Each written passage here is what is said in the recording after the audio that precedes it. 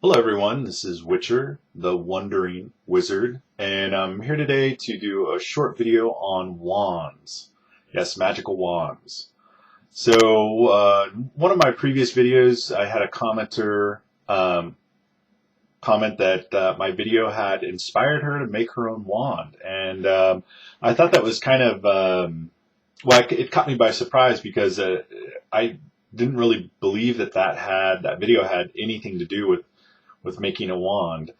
But then I realized that this is probably one of those synchronicities that happens often if you look for them, because I do happen to have a wand. I haven't made it yet. I didn't make this wand. I am planning on making my own wand, and because of that, I have purchased a book called Wandlore. Um, so I highly recommend this book. It's called Wandlore: The Art of Crafting the Ultimate Magic Tool. And I recommend it for several different reasons. First of all, it's just a complete work in and of itself. So it has sections on everything from the magical properties of the different woods.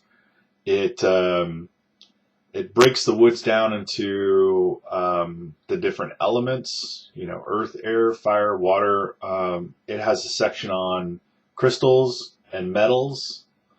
It has a section on the tools that you would want to use in order to shape your wand.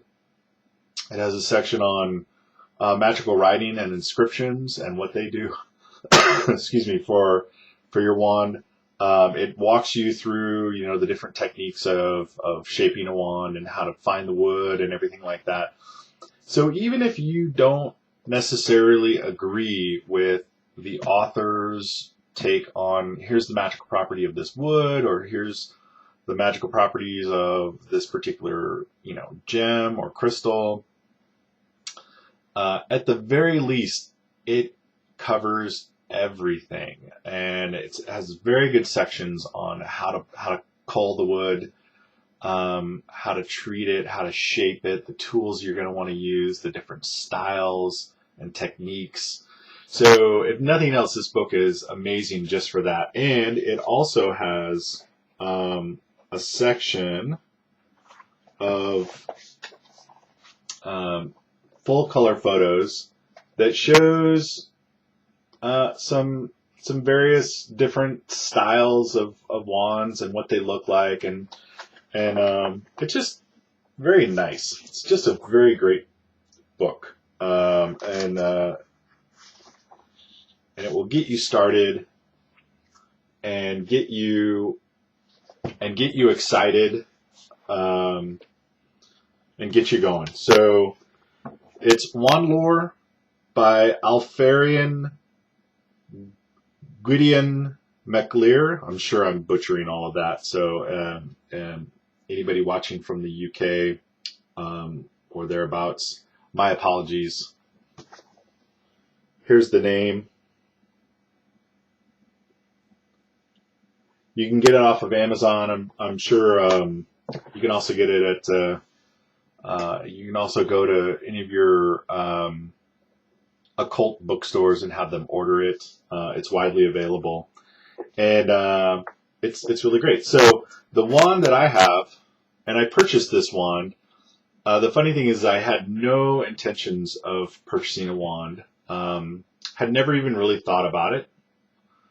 But I went to a metaphysical fair last year, and there was a gentleman who had created, it's his profession to create wands and staves and other magical accoutrements and tools. And so he had this giant stand, and I was just talking with them, had no intention of purchasing a wand, but I was asking him questions about it, and as we were talking, I was going and picking up a wand and holding it and just feeling the energy of it.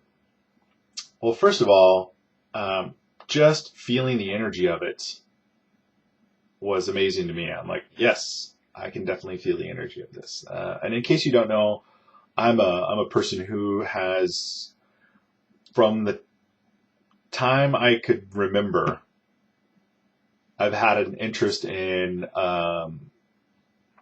spirituality, magic, occult knowledge, whatever you want to call it. But I have spent most of my life putting a lot of energy and effort into suppressing that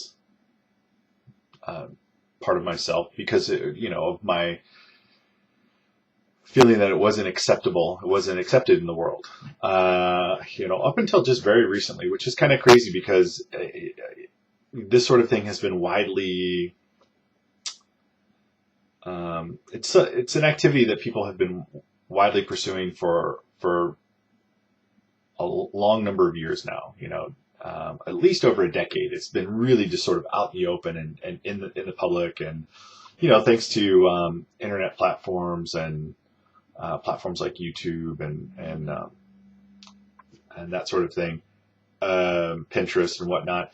It's just people have just been putting themselves out there. It's not something that's a secret or hidden anymore. It's always been there, but at least within the last 10 years, 10 to 15 years, this is a topic that has just really come to the mainstream. And so why I have resisted this for so long, I don't know.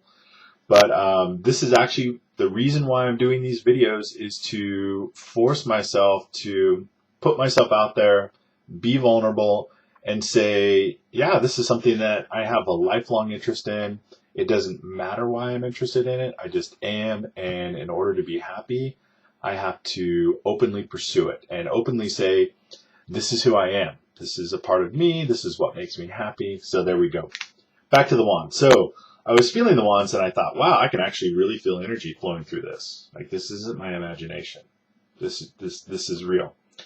And so I would go through and I would pick up another wand and feel its different energy. And I just kept going up and up and up. And finally, I got to this wand. And this wand is black wood. It's black walnut wood, black walnut. And on the base, it has brown tourmaline or dravite. And it was a special piece that this guy got. He was very excited about it. And it's a very lovely brown. It's a very nice chocolate brown. And then its tip is smoky quartz.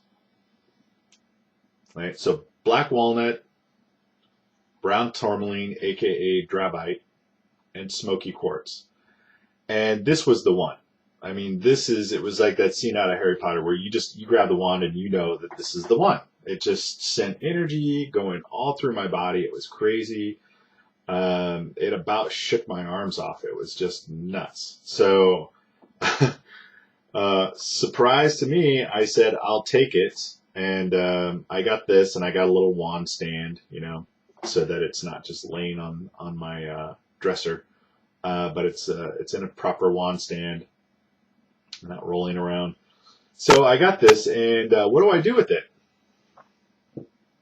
Well, mostly whenever I go out into my backyard and sit on my back porch and drink some coffee or tea or whatever, and just take in nature and ponder, because when you're a wandering wizard, when you're wondering that much, you got to ponder a lot. And I'll just sit out there and looking at nature, taking in the fresh air, and maybe looking at the full moon. And I just hold this wand in my hand. And whether it's my right hand or my left hand, it just kind of depends on what I'm feeling, what I'm being called, And it just feels good. I don't know how else to explain it. It just feels good. It feels great. I feel really good. The energy that's coming in feels good. The energy that's going out feels good. I feel like it anchors me to nature. I feel more in myself. I feel more connected. It's strange. I feel both more like my boundaries are more tightly defined, but then I also feel more expansive and connected. So I don't know how that makes sense, but it does. So I love this wand. And I got curious and I did a little bit of research on it after having it for a while. So I went out on the web, and there's a bunch of different sites that have information on magical properties of wood and crystals and whatnot. And so for the black walnut has both feminine and masculine energies. It's closely aligned with the elements of earth and spirit. So walnut is sacred to the gods Vashan, Zeus, Jupiter, Thor, and Vishnu, according to this source. Its magical properties, black walnut wands are well used in magics of teleportation, astral travel, weatherworking, averting lightning, powers of the wind and breath, and motivation. Then this other one said that the best words to describe the energy of this wood is introspective, which is very fitting for me because I've been doing a lot of introspective work when I got this wand, and since then. It is not for those with flights of fancy, but rather for those who seek to explore their own personal energy in the here and now. It is good for blocking out emotional energy so that one may focus on the task at hand. This wood couples reason with intuition to help a person grow spiritually and to heal themselves from within. A quiet, unassuming wood, black walnut, can help us to get in touch with ourselves and the earth. Interesting there. So I felt more grounded. It helps you get in touch with the earth. I felt like it helped me define my boundaries, but yet, also be more expansive. It talks about how it's good for to help a person grow spiritually and to heal from within, which is something that I've been doing a tremendous amount of work on.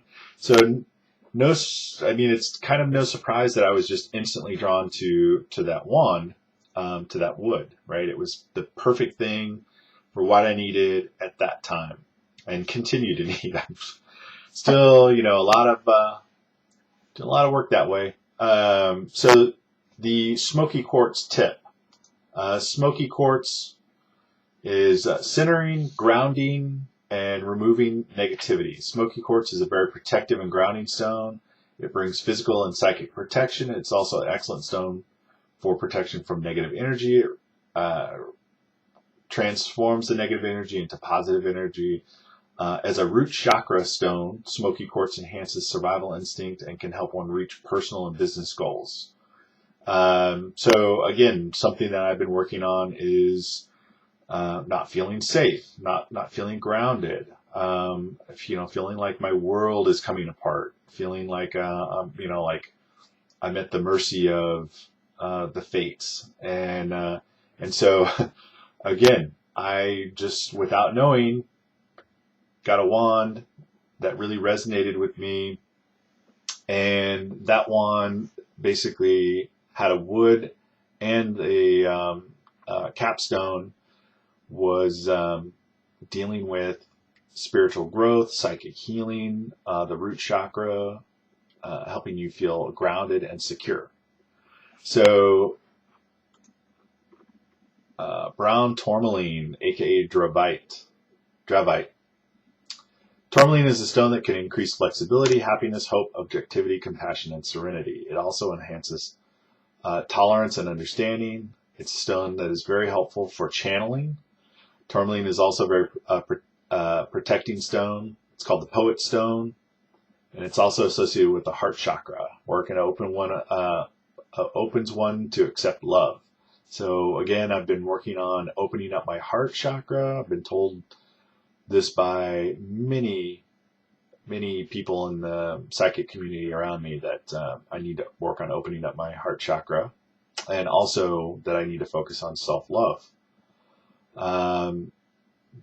A second source called dravite is an excellent stone for enhancing objectivity, tolerance, and understanding.